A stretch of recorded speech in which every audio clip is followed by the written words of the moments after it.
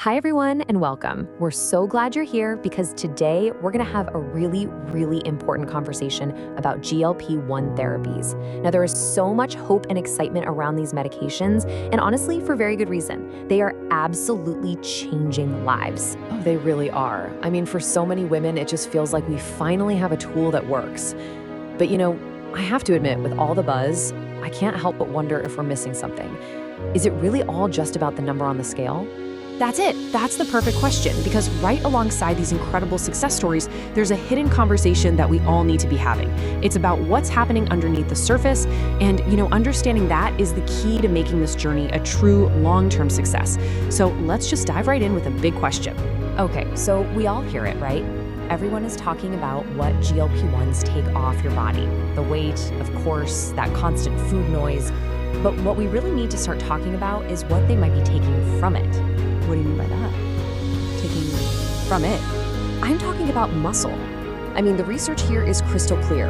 If you stay sedentary while you're on these medications, a huge chunk of your weight loss, we're talking anywhere from 20 to 50%, can be your precious metabolically active lean muscle. The very tissue that keeps you strong and vital as you age. And this creates what we call the protein gap. Here is why it happens. Your body literally can't tell the difference between a strategic diet and a famine. So when your appetite is suppressed that dramatically, your body can flip into survival mode, and it starts to break down to basically cannibalize the one thing you need most for a healthy metabolism, your muscle. Wait a minute. So you're saying I could be losing muscle, the very engine that helps me burn calories and stay strong, and I might not even know it? Exactly. And it's not just about muscle. These medications also change how your gut absorbs key micronutrients. We're seeing that iron absorption can drop by about 13%, and up to 30% of people on these medications can end up with reduced vitamin B12 levels. So that deep exhaustion, that brain fog you might be blaming on the drug itself, it could actually be your body sending out an SOS that it's not getting the fuel it needs to run properly. Now, I know that hearing all of this can be, well, a little unsettling. It brings up some very real fears. But we have to look at them clearly, because I promise you, on the other side of that fear is empowerment and a really concrete plan. So let's talk about the face in the mirror. You've probably heard the term GLP-1 face, and maybe dismissed it as just, rapid fat loss. But the science actually goes way deeper. It turns out, GLP-1 receptors also exist on your skin's own stem cells. And when the medication activates these receptors, it can actually inhibit their function. Think of it like sending a slow-down signal to the very cells that are responsible for keeping your skin firm and youthful. And that means less collagen and fewer of those protective growth factors. And this isn't just a guess, it has a measurable effect. Imaging studies actually confirm that for every 10 kilograms, that's about 22 pounds of weight lost, there's an average loss of 7% of your midfacial volume. So this isn't just a perception, it's your biology at work. Wow. So you're telling me the medication that's supposed to make me feel better about how I look might actually age my face? That is a really tough pill to swallow. It is, and it's a completely valid fear. Let's just sit with that for a second, because it connects to an even bigger fear that I know so many of us have. And this is the one. This is the fear that keeps so many people up at night, the metabolic rebound. Because if you lose that critical muscle mass, your resting metabolism, the calories you burn just being alive, it slows down. And this creates the perfect storm for weight regain, if or when you stop the medication. It has nothing to do with a lack of willpower, it is pure physiology.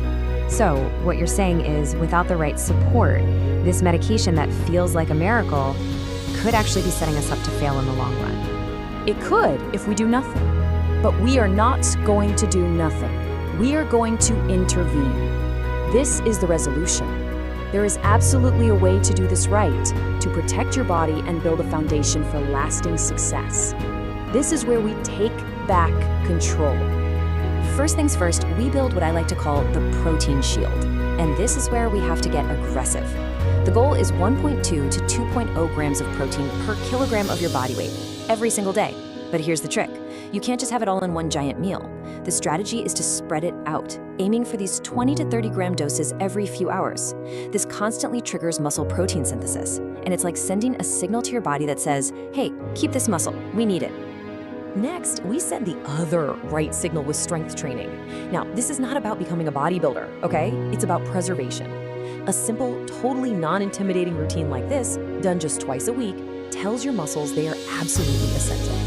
It is the most powerful message you can possibly send to counteract muscle loss. And finally, we replenish what might be lost. This is your micronutrient toolkit. It's simple. A daily dose of B12 to fight that fatigue and brain fog, magnesium glycinate, which is amazing for muscle function and also helps with some of those common GI side effects, and bioactive collagen peptides to give your skin the building blocks it needs from the inside out. This is proactive protection. It's that simple. And all of this, all these steps, lead us to our final act. Because this isn't just about a checklist, it's about a complete mindset shift. It's about moving from that feeling of loss and fear to one of total liberation and strength. So here it is, your new playbook. It's simple and it's powerful. Number 1, prioritize protein. Number 2, train for strength. Number 3, replenish nutrients. And number 4, support your skin. This is it. This is your strategy for a successful, sustainable journey. And that brings us to the real core idea here. We need to shift our focus from just weight loss to metabolic preservation. We aren't just trying to lose pounds. We are fighting to build a healthier, more resilient body for the rest of our lives. The number on the scale is just one tiny piece of data in a much bigger, much more important story.